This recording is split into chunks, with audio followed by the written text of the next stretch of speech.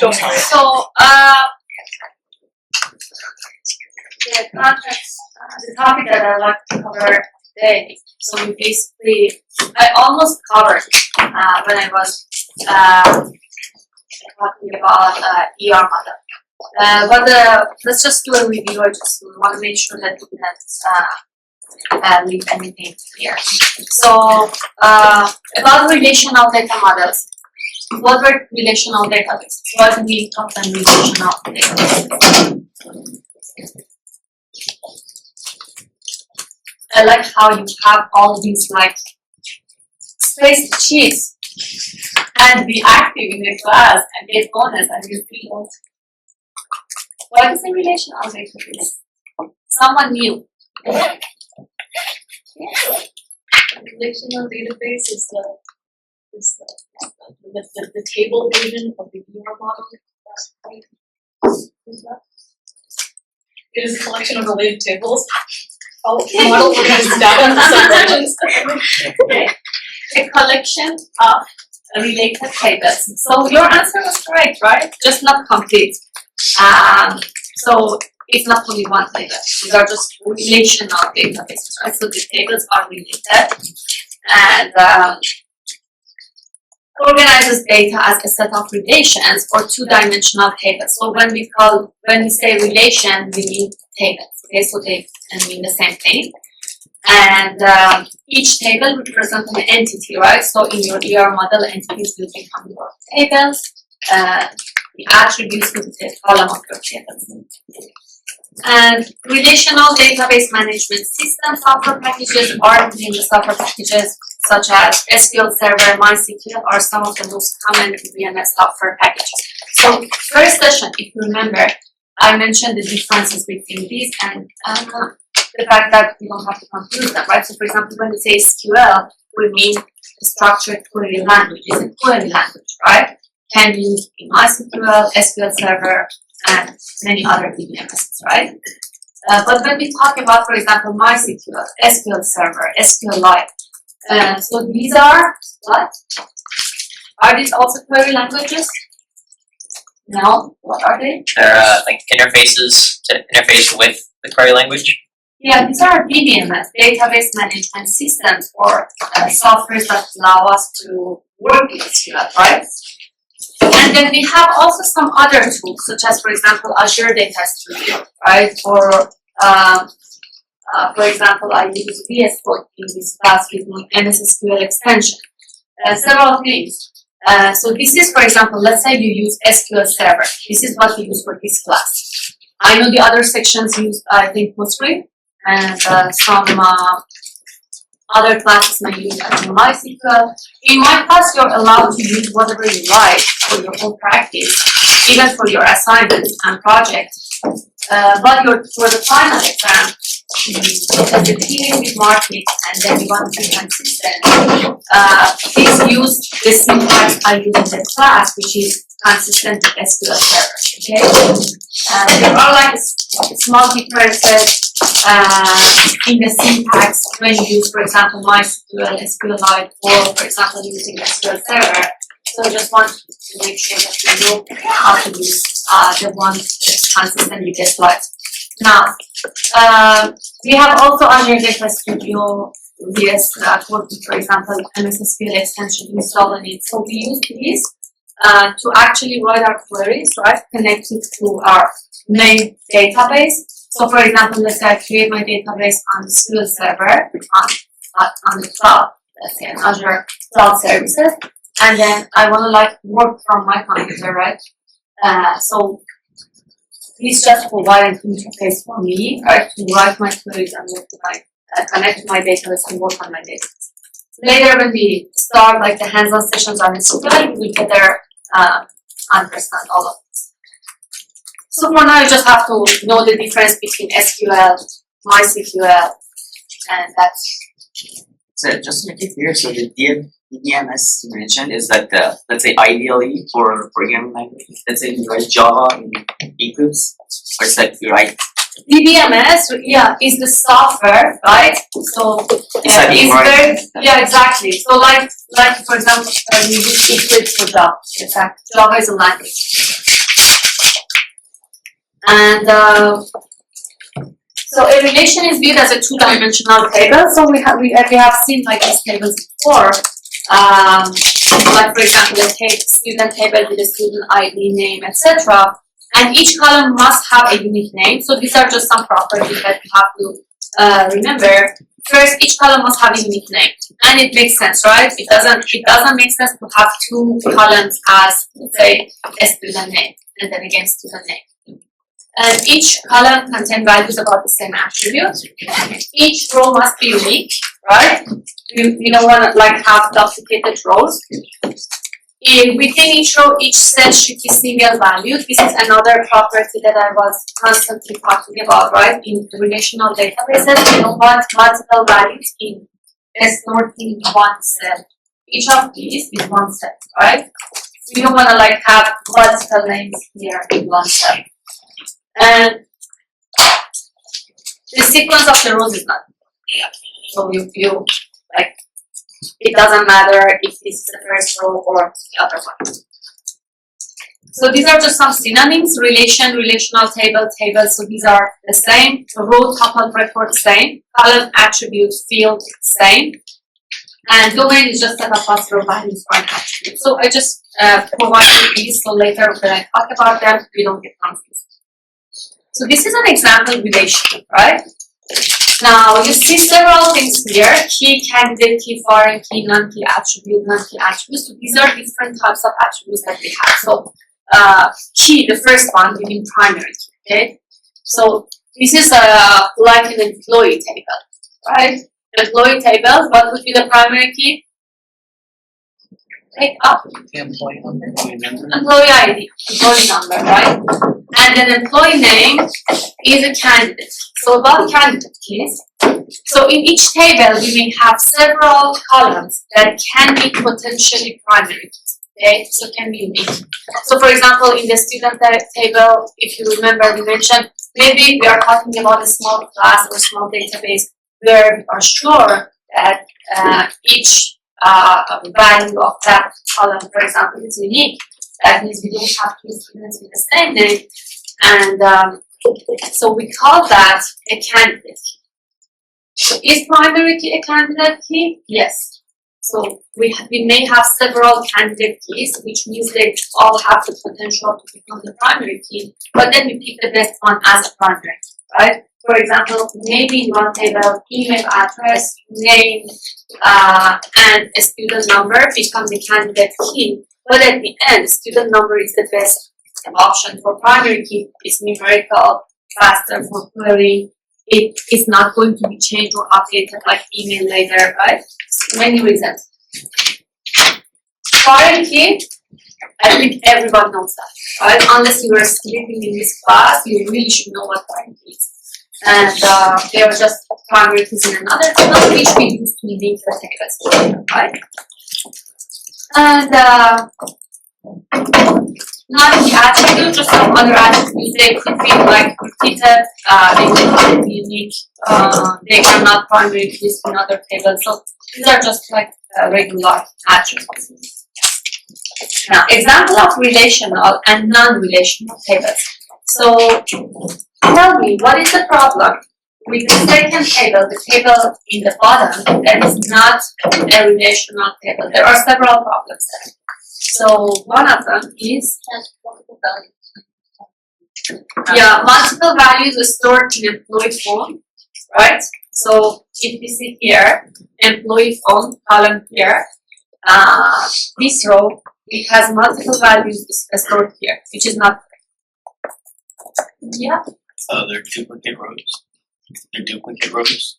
We have duplicated rows, and those are row 1 and 3, right? You see, these are exactly the same. The first row and third row are the same. Yes? The data type is not consistent. Yes, the data type is not consistent. For instance, here we have employee birthday, right? And while we have date type for all of them, this one is just long time ago. It's just a textual data type, which is not valid here.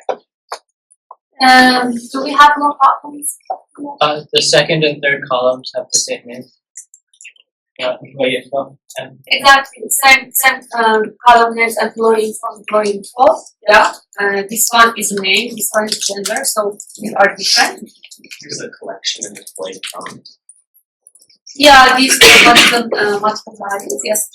We have also multiple values here. So several problems. Duplicated rows, multiple values stored in cell, inconsistent data type, and so on. So now, these two, are they both valid relational tables? Are they valid relations in relational databases? First one. Everyone, yes. Yeah. You just wrote it like a relation. Second one, yes, exact same relation. Order of rows and columns is irrelevant. That means it doesn't matter if you change the order of the rows, right? You still have the same data in your tables. You didn't change anything. And even the order of the columns. And again, later, when you learn SQL and like query your database, you better understand why it doesn't matter if you change the order of the rows or columns, okay? Does that apply to the primary key as well? Like, is it able to be any of the columns? Does it have to be at the start of the table? Yeah. Because when you, for example, let's say you want to join two tables using, for example, the keys. It doesn't matter, like you want to access that specific column now, whether it's in the first column or last column. And so these are the terminologies that I explained. Candidate keys, keys that can uniquely identify a role, right? They have the potential to become the primary key. So can we have, can I say a candidate key is a primary key? Not necessarily, right? But a primary key is a candidate key. And can you have several candidate keys in the table? Yes. But you cannot have several primary keys. So these are clear now. Concatenated key or composite key, you know that, right? These are the primary key that consist of more than one column. Especially, for example, for associated entities, right? Most of the time, the two foreign keys that appear on the associated entity will serve as the primary key. Such as, for example, enrollment table, right? We say, okay, course ID alone in the enrollment table is not unique. Similarly, student ID alone in the enrollment table is not unique, right? Because we have several students enrolled in the same course. But together, they can be unique if we consider that the student can only enroll in course once, right? Otherwise, then we have to also add the semester to the primary key. Yes. Our candidate keys are usually composite attributes. Candidate keys. Yeah. Composite attributes. Like, is this a kind of attribute that can have several parts? Not necessarily. Like, for example, we can have email as a candidate, right? If it's unique. And surrogate key. I briefly referred to surrogate key before. So this is basically a primary key that is automatically generated by your DBMS when you don't have, for example, a good potential primary key. Then you can also add surrogate keys. We also use it mainly in data warehouses, which we'll cover later in this course. But for now, it's enough that we know that it's just a primary key. Let's say, for example, sometimes you have a table, and we have, I'll take an example later. And you see, for example, even when you consider 3 columns, a combination of 3 columns as a primary key, they are still not unique. And then you have to go to the 4th column, and then you have maybe 5 or 6 columns in the whole table. And then you want to use 4 columns out of 5 as a primary key, which doesn't make sense, right? And so in that case, we add, most of the time we add surrogate key. And it cannot be changed or reused. For example, invoice number, hotel booking confirmation number, foreign key. You know that? So this is, for example, an entity with a unique composite attribute mapped into a relation. So just an example of how you map your ER model into a relation. So how many entities do we have here? One, right? That's a classroom, so we do have one table. And this will be the resulting relation, and this will be the resulting table, okay? So in ERD plus, if I have time, I'll show you today. You can convert there is only just one button you click, and then you can convert your ER model into the relational schema, which shows you all the entities in this form. Where you can find, for example, what are, for example, the keys or attributes and everything. So these are in the form of relations. And then later using SQL, you can give your real table, right, in your database. Converting your model to relational tables, creating one table for each entity. So everyone knows that by now. So we know each entity will be a table, each attribute will be a column. Introducing foreign key into the many side to represent one-to-many relationship. So that is also, I already explained. So we mentioned that in ER model, we see, like we basically can see which entities are connected to each other, right? But when we are going to convert that or translate it into our real tables, then we don't know it, right? So we have an employee table, we have department table, each with their own attributes. So instead, in order to show that relation, we are using foreign keys, right? So introducing foreign keys into the main side. If it's one-to-one, where should we add the foreign key? If there is a one-to-one relationship? Either one. Either one. If it's many-to-many,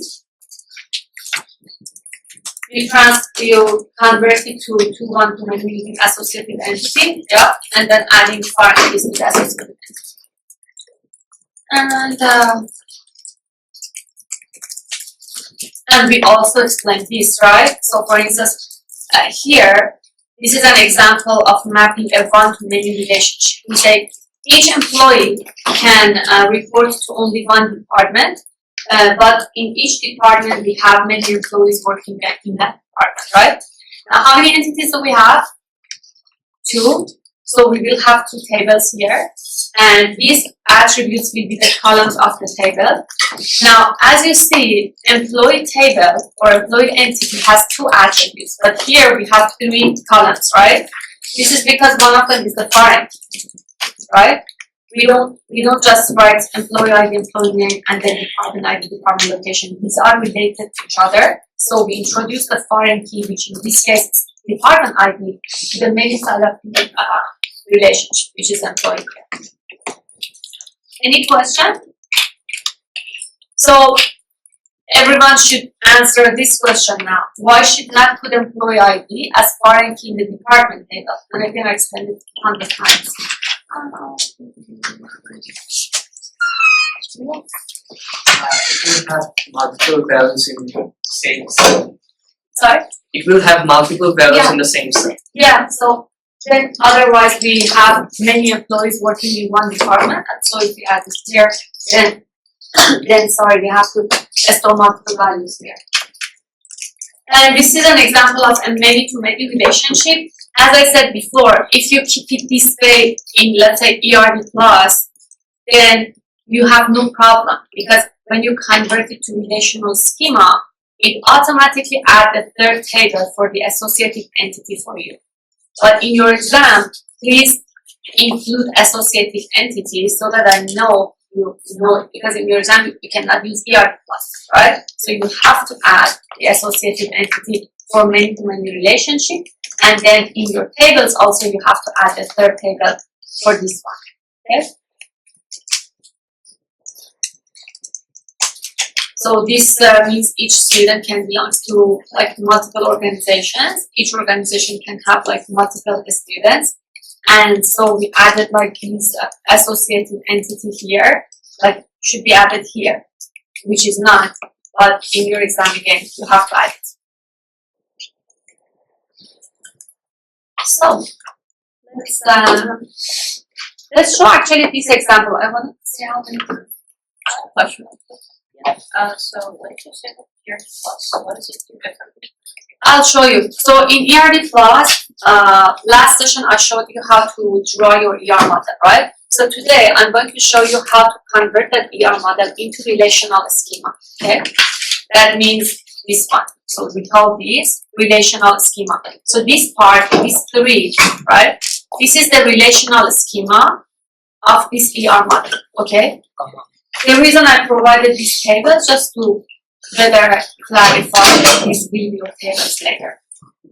So in ERD Plus, when you convert it, if you didn't add associative entity, it's okay. It automatically adds the third table because it realizes that this is a many to many. It cannot handle it, so it adds the third table for you. But in your exam, because you cannot use ERD Plus, you have to know that you should add it. So we will do this example in ERD, but before that, let me see if there's anything left in the lecture.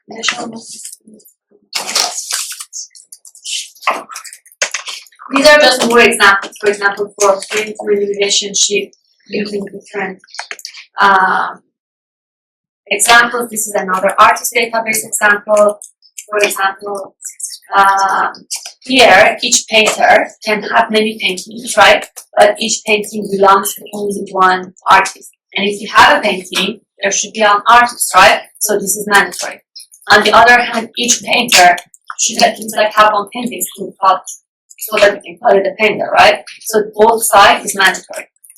And then here it says, for example, in each gallery, then we can have one or many paintings. This is also mandatory because we can have a gallery without any paintings. And on the other hand, the paintings can be only in one gallery or zero. So we can have paintings that are not in any gallery. And then these are just associated tables. So I'm going to use ERD Plus now. Okay, this is, I think I need to update this slide because this is the previous interface of ERD Plus. And the functionalities, as much as I see, is the same. So let's see if it's still the same. Let me just quickly check what we have. I mentioned the multiple course section, and this is an example. Okay, great. So we covered everything. Just a note. Converting entity with attributes to tables. So when converting multi-valued attribute entities, such as, for example, what's an example of multi-valued attribute? Multi-valued, yeah. Full number. So any attribute that can have more than one attribute, right? So how do you show it? How do you show it in your tables? Because we said we cannot store multiple values in one cell, so we cannot have one column, one number with multiple values. So that is not possible. How do you store that? It's like two circles, like a circle of the attribute. No, I mean in terms of the tables. So in your tables, how do you store multiple values for phone numbers? So do you assign one column and store in multiple values? That is not possible. So we cannot have phone number here and then multiple values here, right? That is not possible. How do you store multiple values, multi-valued attributes? As are separated columns or different entities? Depends, right? If it's maybe only two values, maybe separate column, but mostly a separate entity. Okay? So that is what I explained here. So if the multi-valued attribute has its own meaningful attributes, okay? For example, phone number is just a very basic example, okay? But let's say it is like, for example, mobile or home. In this case, you can even convert it to like separate columns. That's fine. Not even an entity. If the attributes will be frequently queried or updated, so in these cases, let's say you have a multi-valued attribute with 3 or 4 values, and then it has its own meaningful attributes. In that case, then yes, you can separate it as a separate entity. but when to avoid conversion. For example, if the multi-value attribute has a fixed number of values and no additional attributes. For example, if we have a column that has like Boolean values like yes or no, right? True, false flags, if the application is simple. So these are just some, we will practice with all of like these examples more. For now, I want to just quickly before the class and show you the ERB class. So here, I said we can start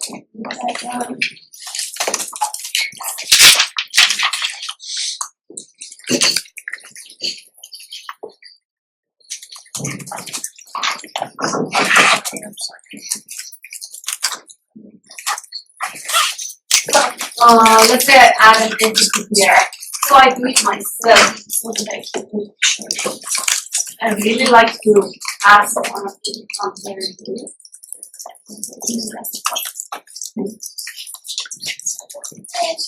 Let's say a student ID, right?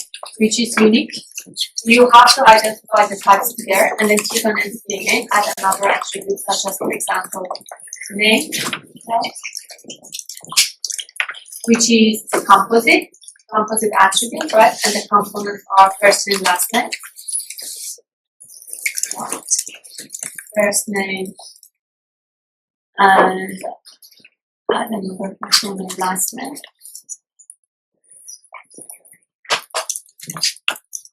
And then we have another entity. I don't add enrollment intentionally because I want to show you that we added it. And then I will have course here.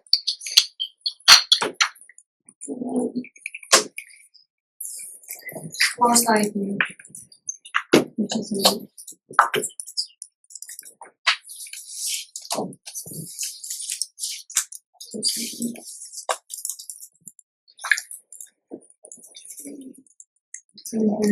For the relationship, you have to enable this one, okay? So you have to enable this, and then you select one and drag and connect it to others. So now the relationship is involved. And is it identifying relationship? What is an identifying relationship? Yes. Weak entities, exactly. So whenever we have weak entities, we show weak entities like this, right? Such as, for example, I set the course section, and this is the, let's say, the course. Sorry. Let's show it here.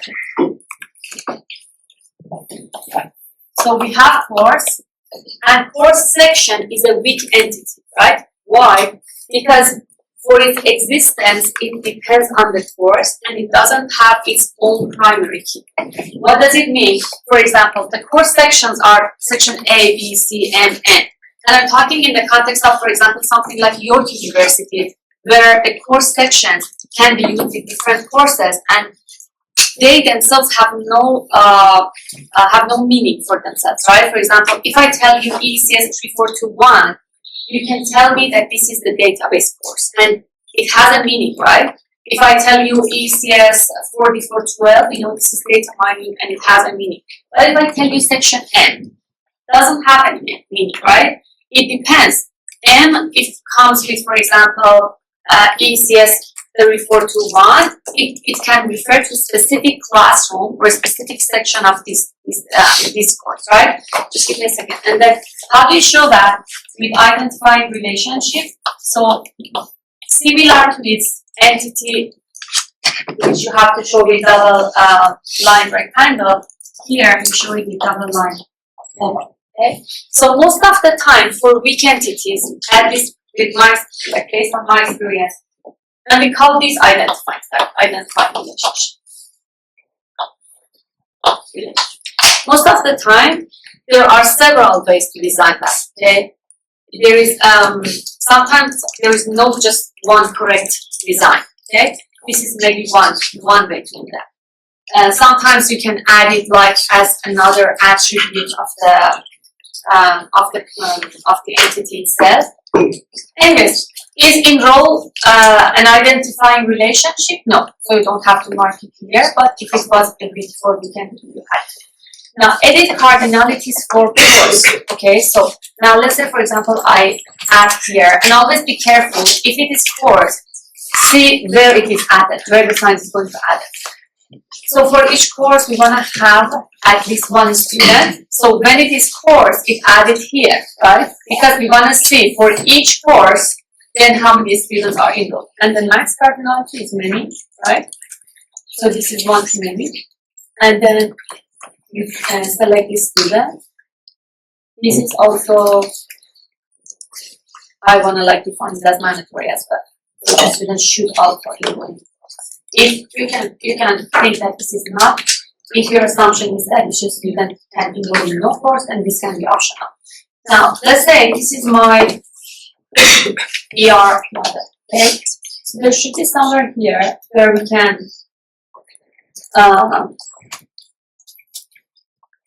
if I go back, yeah, and then click on these three dots here. Convert to relational schema coming soon because I think it's still staying, okay? But you can click on convert to relational schema here to convert your ER model into relational schema. There is also another place to just create a relational schema from scratch, which is here. So I start from ER diagram and then convert it, or you can read it. And it should be available. And it is the same as what I already included in my slide. So you can find it in these three dots here. Do you have any questions? For the diagram, I could have paid for it, so definitely get off. Sorry, Diagram, I could have paid for it's coming soon. So either it's maybe take some time. I will check it later. If it doesn't, I'll